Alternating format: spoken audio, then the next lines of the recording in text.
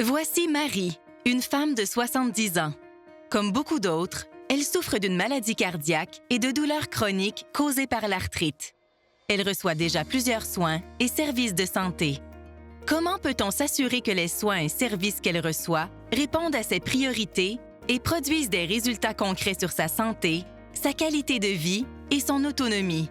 Pour le commissaire, le rôle du système de santé et de services sociaux, c'est avant tout de générer le plus de valeur possible pour les gens et pour la société.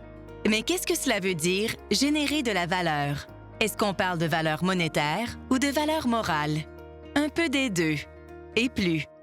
Produire de la valeur en santé, c'est offrir à la population des résultats qui comptent vraiment pour elle, en matière de santé et de bien-être, tout en tenant compte des ressources disponibles et des valeurs collectives.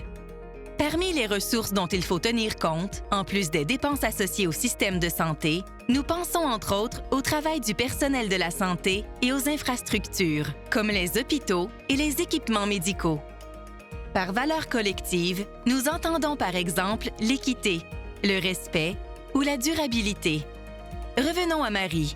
Nous pouvons dire que le système de santé crée de la valeur pour elle et la société si elle demeure plus longtemps autonome dans ses activités de tous les jours grâce à un bon suivi de ses douleurs chroniques. Elle reçoit des services qui lui permettent de rester chez elle et de participer à la vie sociale. C'est ce qui compte le plus pour elle. Elle évite les visites à l'urgence et les hospitalisations longues et coûteuses, ce qui préserve sa qualité de vie et allège la pression sur le système de santé. Et elle reçoit des soins appropriés et adaptés à sa situation.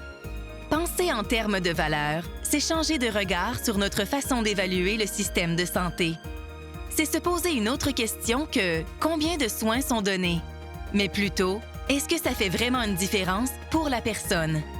Et pour chaque ressource investie, est-ce qu'on en retire un réel bénéfice pour elle comme pour la société?